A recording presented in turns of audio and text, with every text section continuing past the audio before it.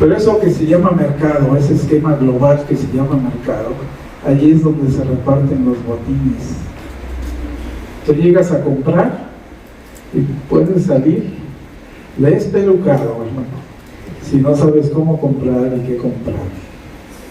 Y eso ocurre a nivel global, incluso a nivel de economía sobre de otras. Ya no te tienen que invadir.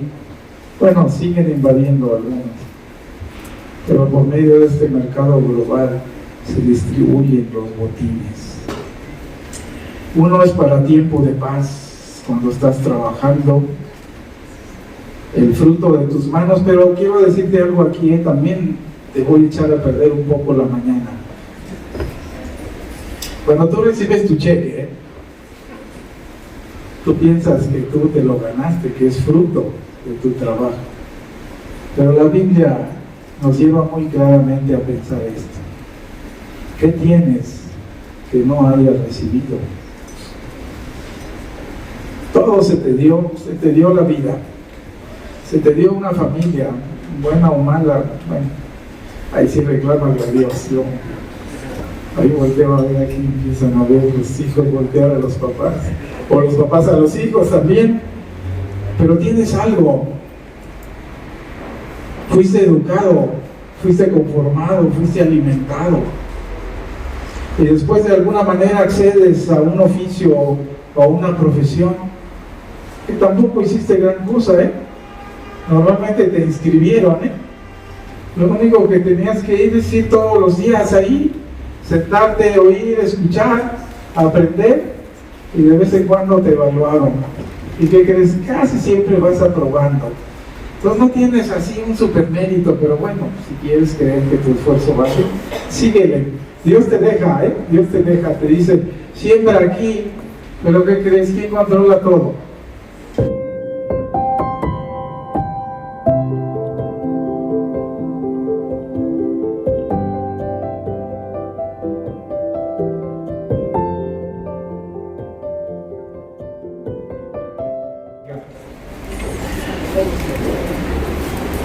Bueno, como pueden ver por la decoración de la iglesia y la fecha que tenemos, como dijo Víctor, se declara inaugurada la temporada navideña. El estudio que vamos a tener en esta mañana da pie a que empecemos a recordar el nacimiento de nuestro Señor. Casi se diseñó de esa manera. Los siguientes domingos estaremos ya directamente sobre los evangelios, hablando sobre la venida de nuestro Señor Jesús, lo que eso implica para la conformación de su iglesia, para nuestras propias vidas. Y posteriormente, el siguiente año, retomaremos la serie sobre el libro de Isaías. Es muy extenso el libro, y recordarles que es el más evangélico de todos los profetas. Toda la escritura es evangélica, es cierto, pero en el libro del profeta Isaías encontramos pasajes muy claros, dijéramos una preclaridad que tenía el profeta por la revelación que tuvo para mostrar cómo sería nuestro Salvador. Entonces los invito a abrir sus Biblias en el libro del profeta Isaías, y vamos al capítulo 9 y vamos a meditar en los primeros 7 versículos. Isaías capítulo 9, de los versos 1 al 7. Vamos a orar antes. Padre, abre nuestros ojos, nuestros oídos, nuestra mente y sobre todo nuestro corazón para escuchar las maravillas de tu palabra. Espíritu Santo, guíanos a la verdad. Y Señor Jesús, quien eres la verdad, en tu nombre oramos.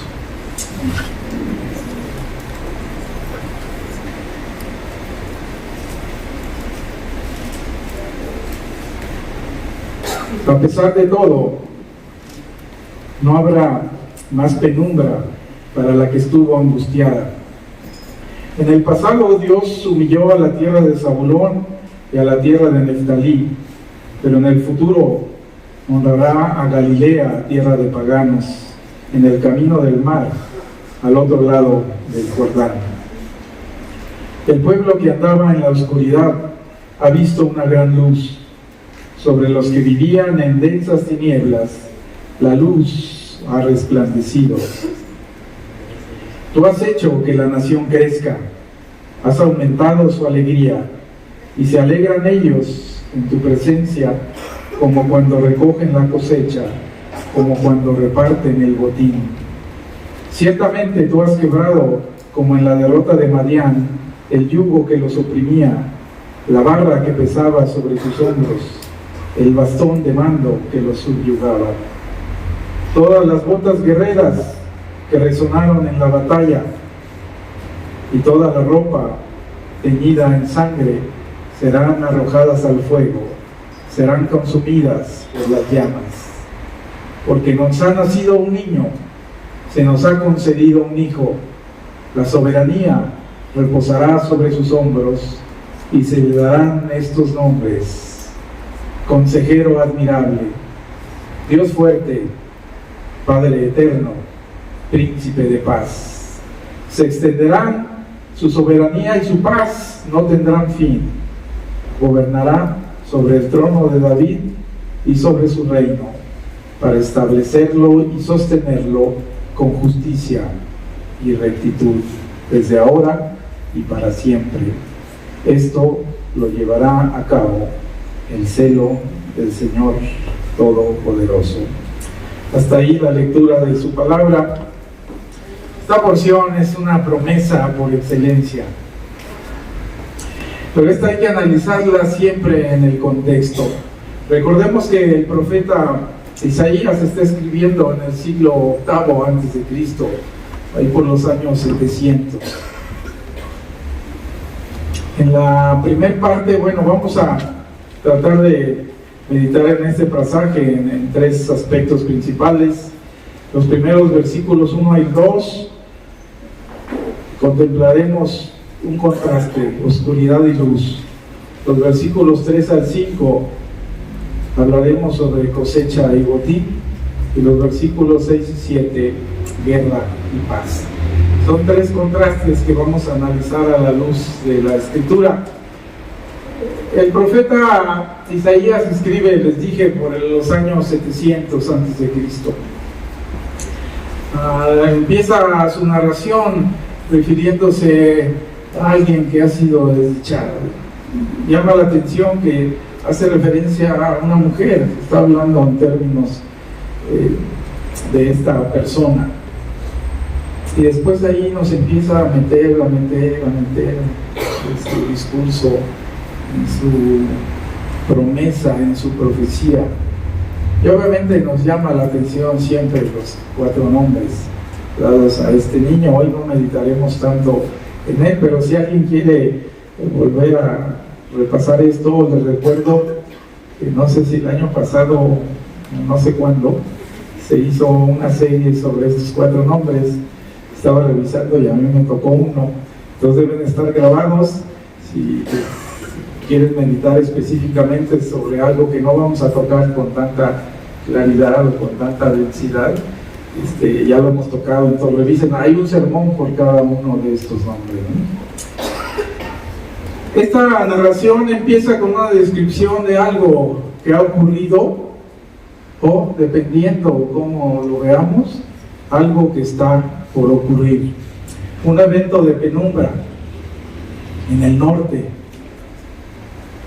de la región del país, en lo que corresponde al reino de los israelitas. Es decir, recordemos que esto que empieza narrando el profeta es algo que ocurrió hace aproximadamente 250 años antes de lo que él está viviendo. Es decir, al concluir el periodo del rey Salomón, este reino de Israel, que así se llamaba, nada más el reino de Israel, se dividió en dos. Se le conoce como el reino del sur, Judá y Benjamín, y el reino del norte, o Efraín, las otras 10 tribus agrupadas. Y ahí, a raíz de ahí, los distintos profetas hablan a uno o a otro de los reinos. Samaria, dicen, o Jerusalén. Samaria, el reino del norte, esas 10 tribus, y Jerusalén, el reino del sur.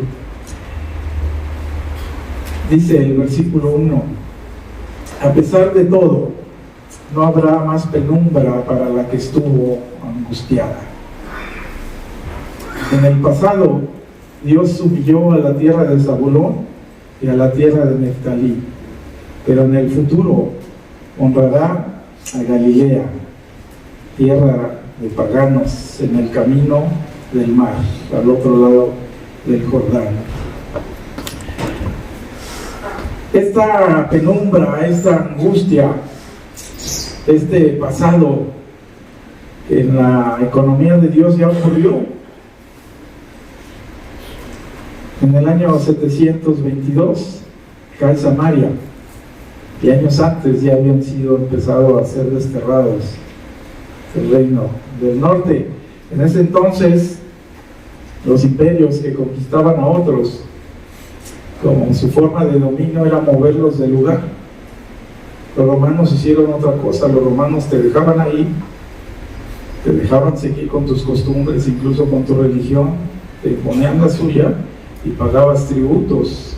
En este tiempo, los imperios asirios y babilónicos te movían del lugar, te contaban que eras más sencillo al castigo, así como los toros, cuando los empiezan a y eso, encontraban que si te cambiabas de lugar, respondías más amablemente al sojuzgamiento de otros, y a su vez de otros donde hacia ti te llevaban al norte, del norte traían a gente ahí, es decir, la tierra no quedaba realmente despoblada, había un intercambio de poblaciones.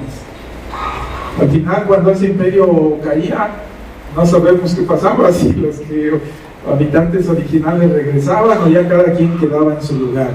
Esto da lugar a que las culturas se vayan mezclando. Por ejemplo, el pueblo de Israel, cuando fue y regresó, trajo otra lengua parecida, pero ya no era el hebreo clásico, ya hablaban arameo. Y trajeron otras cosas, trajeron la sinagoga, se fueron sin sinagoga y regresaron con sinagoga. Se fueron con una tierra próspera y regresaron con una tierra hecha en ruinas. De eso nos está hablando el profeta. Eso ocurrió en la tierra de Zabulón y en la tierra de Neftalí, es decir, las tribus más norteñas. Ahora noten aquí lo importante, es que dice el profeta, en el futuro Dios honrará, y aquí aparece Galilea. Uno piensa, nos va a honrar a nosotros, dijeran los de Jerusalén. No, va a honrar su nombre allá mismo, donde fue deshonrado. Y aparte dice Galilea, ¿cuál es el adjetivo que le da? Es para que nos demos cuenta que la misericordia de Dios no es como tú y yo la queremos aplicar, sino la misericordia se aplica de acuerdo al consejo, a la voluntad y al corazón de Dios. No importa si eres pagano o no, no importa quién seas tú, quiénes hayan sido tus padres, cómo hayas vivido. Si tú eres llamado, para ti alcanza esa misericordia. Verso 2. El pueblo que andaba en la oscuridad ha visto una gran luz. Sobre los que vivían en densas tinieblas, la luz ha resplandecido. Y aquí aparece el primer contraste. Es un contraste pues ya muy conocido. ¿Qué les puedo decir yo acerca de la luz y oscuridad? Pero me resaltan varias cosas. A la luz de este verso y a la luz del pasaje que leímos anteriormente de Juan, es que parece aquí en esta narración que la oscuridad era la normalidad. No es algo que llega y que esperas que se vaya, sino que realmente estás acostumbrado a vivir en oscuridad. El pueblo que andaba en oscuridad. Y ahí viene el contraste: vio una gran luz sobre los que vivían en densas tinieblas, la luz ha resplandecido. No sé si tú te preguntas a veces, cuando tienes oportunidad de compartir sobre este evangelio de luz, ¿por qué la gente no lo cree? Si esto es tan padre, tan padrísimo, ¿por qué esta oferta del evangelio tiene tan poco éxito? Realmente Dios no te pide nada más que creas en el mensaje. Y ahí está el asunto, que realmente este mensaje lo estamos llevando a gente que, como tú y yo, antes vivíamos en la oscuridad. Y realmente tú y yo no estábamos buscando la luz. A lo mejor tenías ahí como que unos destellos, como que de pronto te venía una claridad y como que decías, ¿qué ando haciendo? ¿Será esto lo mejor? Pero realmente la gente vive en las densas tinieblas. Por eso es que cuando tú ofreces este evangelio de luz, se te quedan viendo y dices, ¿de qué me está hablando? ¿Qué no ves que yo no vivo en la oscuridad? Porque ese es el engaño de la oscuridad. Cuando tú vives en la oscuridad, realmente no sabes que vives ahí hasta que una luz resplandece. Pero ojo, quiero decirte esto: esa luz alumbra la oscuridad donde vives, pero también te alumbra a ti. Y ahí volteas, y como Pedro delante de Jesús, su primera reacción es: apártate de mí, que soy pecador. Cuando tú ves al santo, ves esa luz, necesariamente tienes que verte como pecador. Y ahí está el engaño, y ahí está la fuerza del rechazo. Yo no necesito eso. El evangelio es bueno, pero para el que está necesitado. Es más, te voy a conseguir datos de quién está en necesidad, pero yo, ¿qué necesidad tengo de esa luz? Y es lo mismo que narra el evangelista Juan. Esa luz excelsa, dice, vino y habitó entre nosotros, y vimos la gloria del unigénito. Pero lo más trágico es que dice, vino a los suyos, y los suyos no lo quisieron, lo rechazaron. Sin embargo, aquí está la promesa, dice, pero a los que creen en su nombre, ¿qué dice? Les dio el poder, la potestad de ser transformados y ser hijos de Dios. Entonces, hermano, quiero decirte eso: cuando tú compartas el evangelio y veas que es rechazado, y que tú con buenas ganas y con buena intención y te dan el avión clásico, no te preocupes, no te toca a ti juzgar eso, sino descansar que así como tú recibiste un llamado, esa otra persona puede recibirlo. Y no se basa en el contraste que tú hagas entre oscuridad y luz, porque ahí es evidente que quién escogería la oscuridad. Se trata del juicio que Dios hace en tu corazón para que tú elijas lo correcto.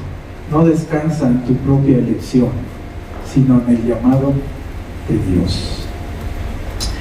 Segundo contraste, cosecha y botín. A lo mejor no habías notado también a mí me llamó la atención cuando estuve estudiando el pasaje. Esta parte del verso 2 empieza con un crecimiento poblacional, no como algo que ocurre de manera natural, es decir, no conforme a la tasa de crecimiento como decimos los economistas, sino como algo milagroso. Algunos eruditos entienden que esta región, al ser despoblada y cuando los asirios la repoblan nuevamente, no se da este efecto de vivir en la tierra. La misma escritura nos marca que la gente que vino, dice, no conocía las costumbres de ahí, y como que no les iba bien según ellos, Entonces tuvieron que mandar traer sacerdotes para que les enseñaran, de acuerdo a esas costumbres. Los dioses de ellos eran los dioses locales. El único concepto de un Dios global, universal, eterno, es nuestro Señor, pero cada una de las deidades estaba acostumbrada a su zona de influencia, a su zona geográfica, y es por eso que los asirios, ya sé cómo les traigan sacerdotes de los que vivían aquí para que les enseñen sobre el Dios de aquí, para que les vaya bien.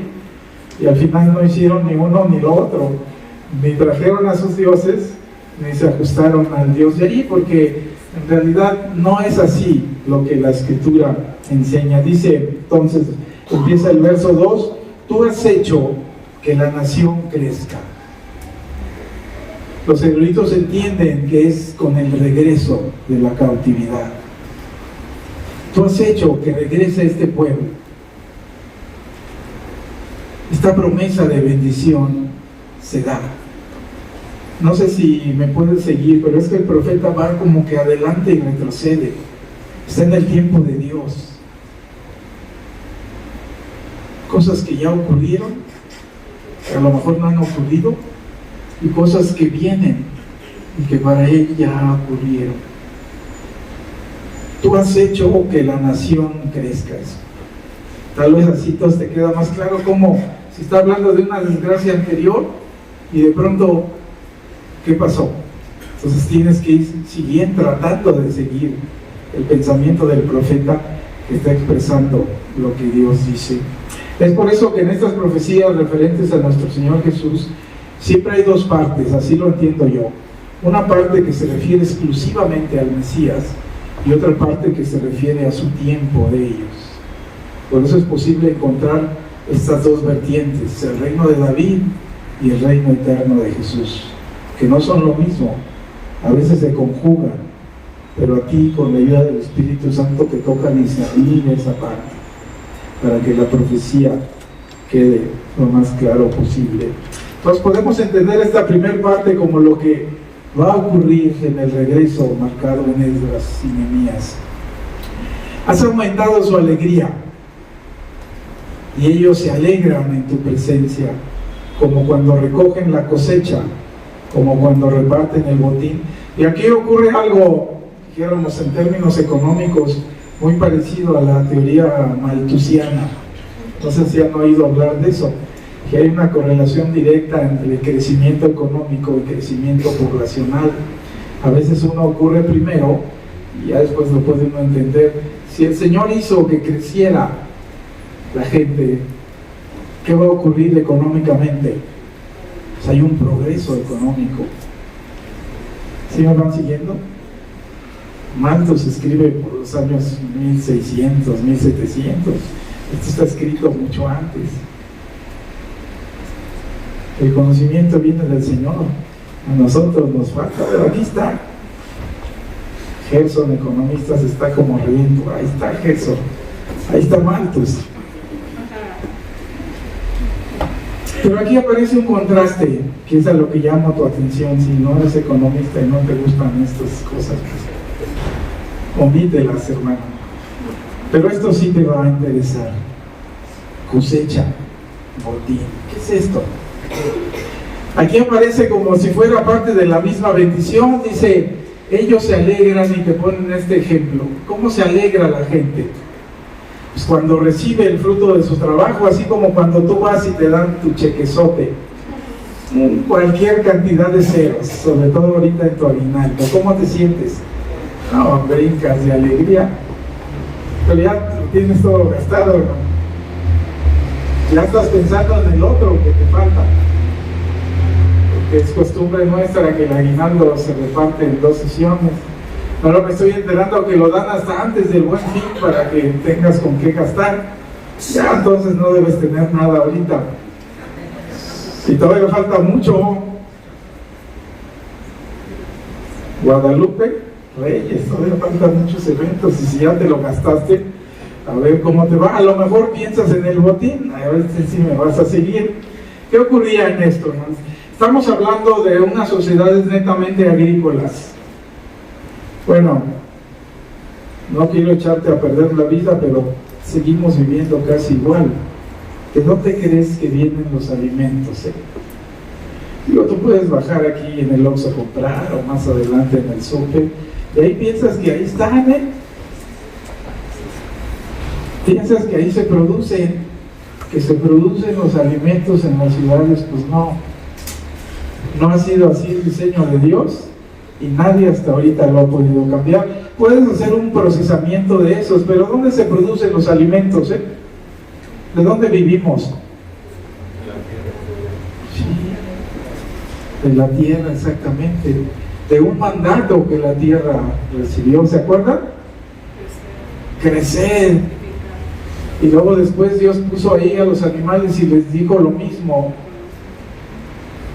Y de ahí seguimos viviendo. Entonces no estamos tan alejados. Cuando hay esta cosecha, normalmente se ubica uno en tiempo de paz y tiempo de guerra. En tiempo de paz tú estás sembrando o atendiendo a tus animales. Ellos tenían las dos cosas.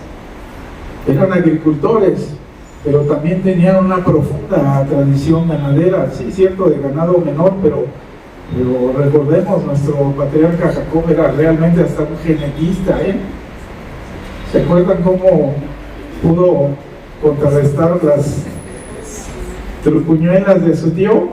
No sé cómo lo hizo, pero de pronto él tenía más que el tío.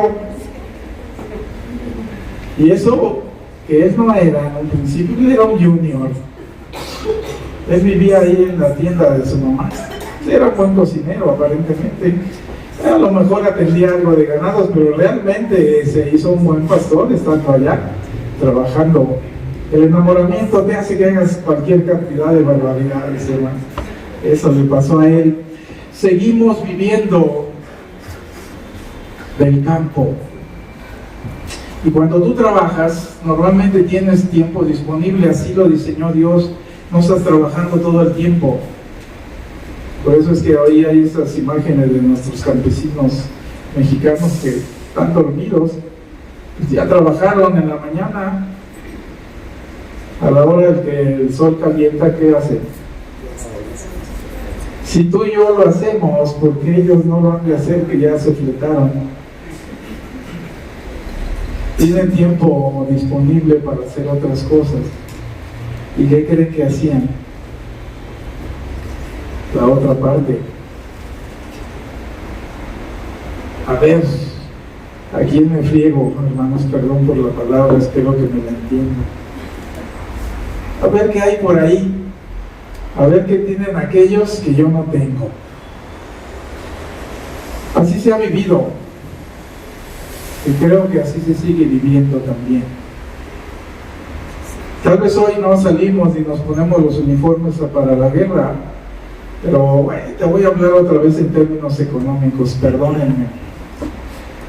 Pero eso que se llama mercado, ese esquema global que se llama mercado, allí es donde se reparten los botines. Tú llegas a comprar y puedes salir despelucado, hermano, si no sabes cómo comprar y qué comprar. Y eso ocurre a nivel global, incluso a nivel de economía sobre de otras. Ya no te tienen que invadir. Bueno, siguen invadiendo algunos, pero por medio de este mercado global se distribuyen los botines. Uno es para tiempo de paz, cuando estás trabajando, el fruto de tus manos. Pero quiero decirte algo aquí, también te voy a echar a perder un poco la mañana. Cuando tú recibes tu cheque, tú piensas que tú te lo ganaste, que es fruto de tu trabajo. Pero la Biblia nos lleva muy claramente a pensar esto. ¿Qué tienes que no hayas recibido? Todo se te dio la vida, se te dio una familia, buena o mala. Bueno, ahí sí reclaman la Dios. Ahí volteo a ver, aquí empiezan a ver los hijos voltear a los papás, o los papás a los hijos también. Pero tienes algo. Fuiste educado, fuiste conformado, fuiste alimentado. Y después de alguna manera accedes a un oficio o a una profesión que tampoco hiciste gran cosa, Normalmente te inscribieron, Lo único que tenías que ir es ir todos los días ahí, sentarte, oír, escuchar, aprender, y de vez en cuando te evaluaban. ¿Y qué crees? Casi siempre vas aprobando. Entonces no tienes así un super mérito, pero bueno, si quieres creer que tu esfuerzo vale, síguele. Dios te deja, Dios te deja, te dice, siembra aquí, pero ¿qué crees? ¿Quién controla todo? Sí, Él es el dueño de la tierra, Él dio ese mandato, Él te dice la escritura que te da hasta la semilla, nada más tienes que hacer el hoyito y volverla a tapar y sentarte, no haces gran cosa, pero bueno, sigue pensando que tú eres el que cobras tu chequezote. Aún ahí Dios lo controla. Si no te gusta esa forma de trabajar para tiempos de paz, está la otra, para tiempos de guerra. Pero ojo, Dios, ¿qué quiere de ti? Verso 4. Dios define el destino de la guerra y le da un sentido. Ciertamente, tú has quebrado, como en la derrota de María, el yugo que los oprimía. Bueno, a decirte ahí, ¿qué dice? Yo quebré. ¿Quién quebró? ¿Tú como persona o quién? El profeta está hablando consigo mismo o con el pueblo y con Dios. ¿Quién quiebra los yugos? ¿Quién los pone? ¿Sí me va siguiendo? Aún en ese proceso de guerra, que en ese momento ellos pensaban que eran los fuertes, ¿no? Recuerdo ahorita un comentario referente al rey David cuando manda a matar ahí a alguien que le era inconveniente y lo manda ahí con cartas y todo, ahí pónganlo enfrente. Pues él sabía, el rey David era un dios guerrero. ¿Dónde se mueren rápidamente? Ahí, pues sí me va siguiendo. No, es que Dios, sí, pues sí, pero pues hay que ponerlo ahí. Y ya cuando llega la respuesta, hasta el mismo Abner dice, si el rey como que se enoja, recuérdenle esto, pues es que la espada y las flechas pues hacen lo que quieren, mata al que sea. En ese entonces, lo que no es nuestro tiempo, debió haber sido difícil vivir. Dice la escritura, en el tiempo de la primavera, cuando los reyes suelen hacer sus escaramuzas, había que salir todos los años. Si no salías a pelear, había un riesgo muy grande que aquellos te vinieran a invadir y perdieras todo. Entonces mejor ibas. Pero ¿cómo ibas, Yo me imagino yendo yo y mi hijo Javier y sus hijos. Pero ¿quién iba a regresar? La espada hace lo que quiere. Podías no regresar tú o tus hijos, o van los primos, van el clan, nos vamos adelante, atrás. ¿Qué cosa, verdad? ¿Te gusta el botín? Así se ganaba. Bueno, pues ya le tocó. Pero bueno, nos toca más a los que quedamos vivos. Va siguiendo la dinámica del botín. Sí, podías hacer grandes fortunas, pero ¿con qué riesgo? Es Dios quien controla esto, y es Dios quien le da el sentido a la guerra, no tú y yo. Verso 5 da la conclusión. ¿Qué dice el verso 5? Todas las botas guerreras que resonaron en la batalla y toda la ropa teñida en sangre serán ¿qué? Serán consumidas por las llamas. Y uno dice, bueno, en lugar de estar lavando, esa es la forma de limpiarse. Incluso algunos eruditos, normalmente norteamericanos, que tienen un concepto de guerra un tanto extraño, ¿no? Ven esto como un ritual, una ofrenda que se hace a Dios. Y aquí no está hablando de ninguna ofrenda, realmente te está hablando el corazón de Dios. Dios quiere esa ropa, ese uniforme. Si dudas, más adelante lo vamos a confirmar. Realmente el uniforme en la Escritura es diferente a una simple ropa. Y llevo tu atención a lo siguiente. Hay unas parábolas de unas fiestas y son invitados todos. Y de pronto hasta los forzan a entrar y de pronto llega el dueño de la fiesta y ve a uno que dice que no está vestido para el evento y que le dice: amigo, a volar palomas. Y uno dice: ay, pues es que si lo invitaron de improviso. No, había que llegar vestido para el evento. Y después en Apocalipsis al escritor Juan le dicen: a ver, ¿ves esa multitud? ¿Quiénes son? ¿Y qué están haciendo? No, y Juan, muy sabio, dice: no, pues yo no sé, tú sabrás, tú eres el que estás aquí coordinando. Y efectivamente le dice: estos son los que han sido limpiados y están vestidos con la ropa del Cordero. La ropa te da identidad, pero a su vez te transforma. Por eso es que este uniforme debe ser desechado. Mismo Isaías más adelante dice: las espadas van a ser convertidas ¿en qué? En arados y en asadores. Dios es un Dios de paz, aunque tiene una parte que es de guerra, pero para que tú la veas y ahí tú contrastes qué es lo que Dios quiere. Último punto: guerra y paz, que es al final. Si no te convenció mucho mi argumento, espero que este sí. Porque nos ha nacido un niño, se nos ha concedido un hijo, la soberanía reposará sobre sus hombros y se le darán estos nombres: Consejero admirable, Dios fuerte, Padre eterno, Príncipe de paz. Algunas versiones y algunos eruditos dicen que cuando dice se le va a dar estos nombres, dice otra posible traducción es que se va a proclamar su nombre así.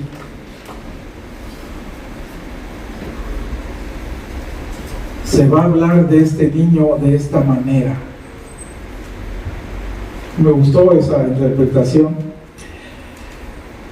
Y aquí en esencia, todos los eruditos, cuando menos los que leí, se aglutinan en el siguiente concepto: que esto es en esencia una promesa. Hay varios elementos. El primero es que esta promesa está muy correlacionada con Isaías 7:14. Si tienes tu Biblia abierta, te invito a que revises. Es la señal de Emmanuel. ¿Se acuerdan? Lo estudiamos hace unas semanas, que el rey dijo: no, yo no voy a poner a prueba a mi Dios, eso ya me lo sé, no pondrás a prueba al Señor tu Dios. Isaías se enoja y dice: ay, pueblo, ¿cómo que no? O sea, el Señor mismo les va a dar una señal. ¿Cuál señal era? La Virgen concebirá. Y esto está muy correlacionado. ¿Por qué? Porque aquí hay una gracia, una concesión. Se nos ha concedido un hijo, nos ha nacido un niño. No es algo producto natural de un matrimonio.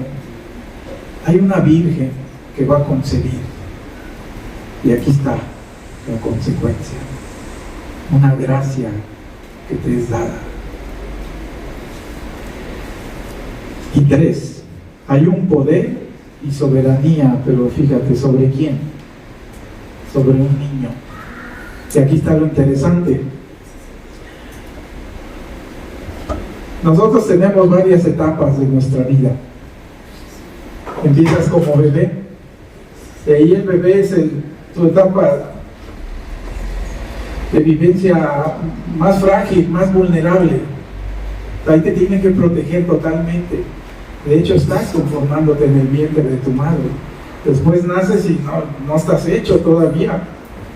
Todavía fácilmente 1 año o 2. Tienen que hacer todo por ti, todo. no sabes hacer nada, pero ni caminar, ni comer, pues ya. Esa no es la figura que Dios usa aquí, usa la siguiente. Un niño, ¿qué es un niño? Ya no es tan vulnerable.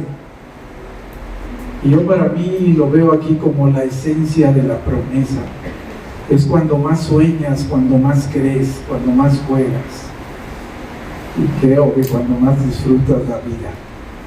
El niño es la esencia de la promesa. Es el futuro, decimos. ¿Qué va a ser este niño?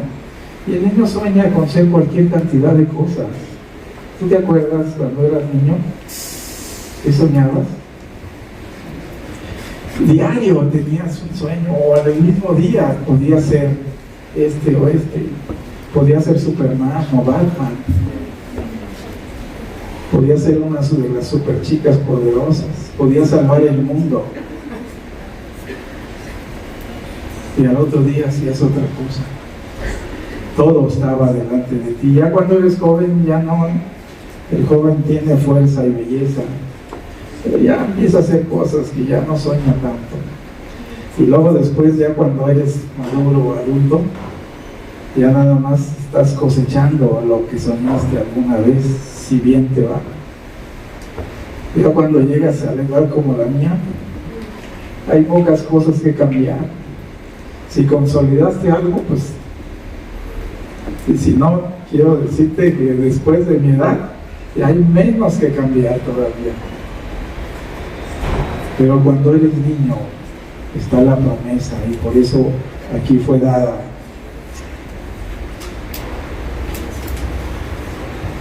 La soberanía reposará sobre los hombros.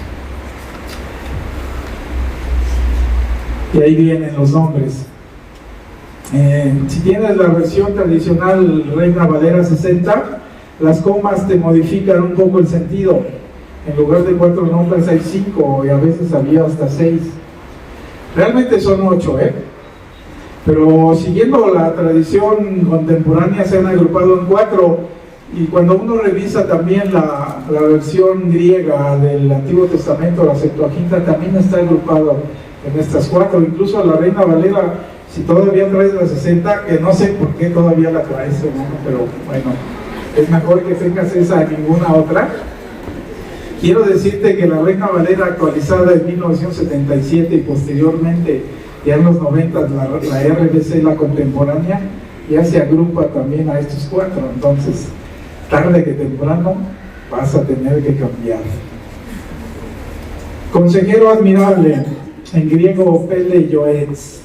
Pele es de alguna manera el que más califica esto, es el admirable, y este aparece en Jueces 13:18, cuando aparece la figura de Dios misma, el ángel de Jehová, presentándose delante de Manoa, el padre, la madre, y después el padre de Sansón. Y ahí, entre que si le creen y no le creen, le preguntan, pero ¿quién eres? Y él responde, ¿por qué preguntas? Por mi nombre, que es este mismo. Es una figura de Dios, es un prototipo de Dios, ese ángel de Jehová. Aun cuando se identifica un ángel, normalmente los ángeles enviados dan su nombre, que es Gabriel o Miguel, pero este dice, ¿por qué estás preguntando por mi nombre? Así como cuando preguntaron, ¿a quién eres, de los míos o de los otros? Dice, naranjas, soy el mero comandante. ¿Se acuerdan? Y ahí Josué se hinca. Son estos nombres que entendemos que representan a Dios. Entonces, tal vez el consejero puedas pensar que es figura humana, pero ya cuando le ponen el admirable, ya no. No hay reino, no hay rey que soporte este peso. Número 2, Dios fuerte, el Gibor en hebreo. Y este es evidentemente un hombre de Dios. ¿Por qué se lo dan a un niño? Si estábamos esperando al hijo de Acaz, a Ezequías, no puede ser este. Si estás esperando al rey David, tampoco puede ser este. El Gibor, pues es un hombre de Dios. Si no te convenció el Pele Yoetz, este sí, no hay manera que tú pienses que este es un rey humano. Tercero, Padre eterno, Abi de Abba, ¿se acuerdan? Ese Abba Padre, ahí está esa transliteración del hebreo al arameo. Padre eterno, solo Dios. Y el final, príncipe de paz, Sar Shalom.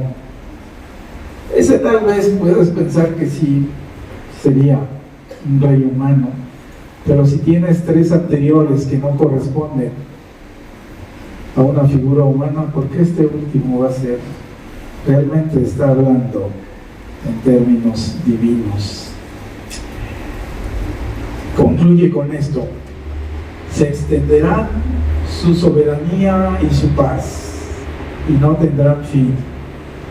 Gobernará sobre el trono de David y sobre su reino, para establecerlo con justicia y rectitud desde ahora y para siempre. Esto lo llevará a cabo el celo del Señor Todopoderoso. Y aquí rescato tres cosas rápidamente. Uno, su reino se extiende, y su soberanía y su paz. ¿Te acuerdas que te había preguntado? ¿Dios es Dios de guerra o Dios de paz? Se extiende. Esto rompe el esquema de la cultura judía. Ellos estaban pensando que la bendición era ¿para quién? Para ellos. Cuando me vaya y regrese, Dios me va a bendecir. Sí sabían que se iban a ir, ya lo tenían claro, pero clarísimo. Ya se estaba yendo el reino del norte, o ya se había ido. El reino del sur también tenía cosas pendientes. Ya tenían muy claro, pero su esperanza era cuando Él me traiga, cuando volvamos, entonces vamos a reducir la bendición. Pero aquí esta se extiende. ¿A dónde se extiende? ¿A quién se extiende? A ti, a mí. Si no, no tendría caso que estemos leyendo estas cosas. Hermano, si tú no crees que para ti se extendió esta bendición, creo que veniste al lugar y estás en el día equivocado, porque para ti es esta promesa. 2.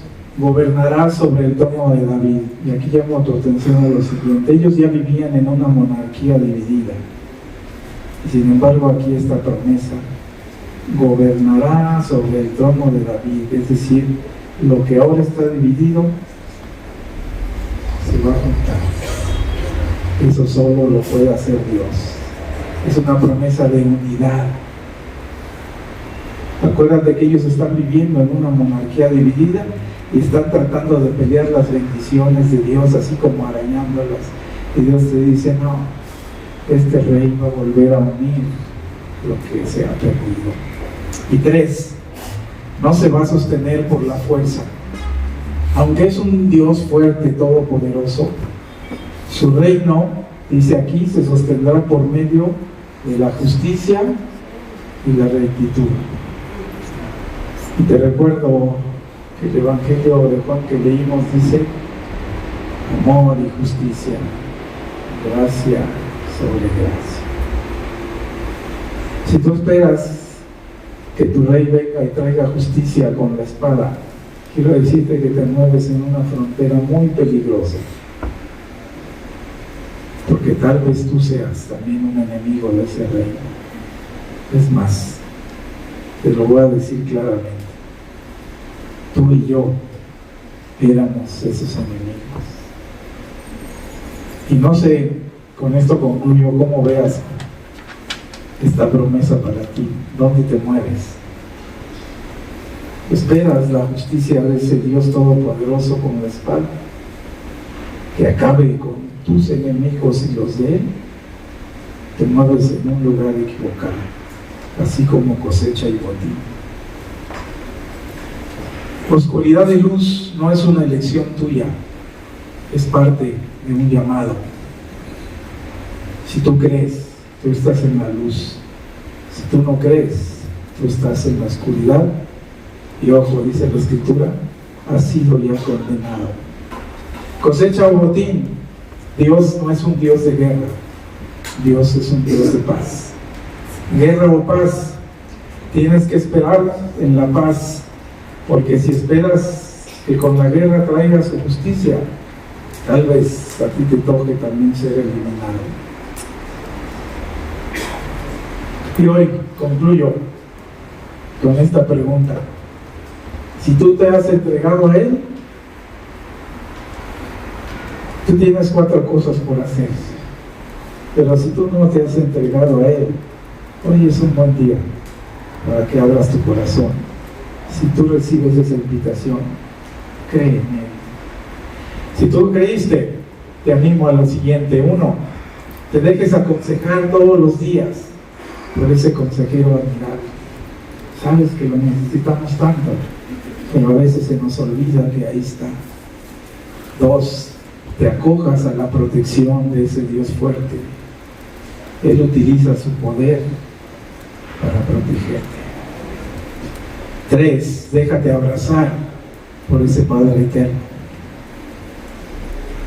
Estás triste, abatido, te falta consuelo. Ahí está ese Padre eterno. Y al final, acógete a la gracia de ese príncipe de paz. Vamos a orar. Padre, sabemos que esta promesa hermosa se cumple plenamente en la persona de nuestro Señor Jesús. En Él reposa esa soberanía, ese reino eterno, y esas 4 figuras recaen sobre sus hombros. Pero no únicamente Él tiene eso, sino que nos lo comparte a nosotros. Él, en su amor inconmensurable, fue a la cruz por cada uno de los llamados. Padre, y si en esta hora hay alguien aquí que no ha sido llamado y oye hoy tu voz, recíbele, Padre, tócale, perdónale sus pecados, hazlo un miembro más de esta familia tuya, Señor. Y a todos los que hemos recibido esa gracia y hemos tenido la bendición de conocerte, bendícenos en estas 4 dimensiones, Señor. Que nos dejemos aconsejar por ti, que nos acojamos a tu protección, que sintamos tu brazo amoroso sobre nosotros y que descansemos en la gracia. Y en ese nombre de ese príncipe de paz es en quien oramos. Amén.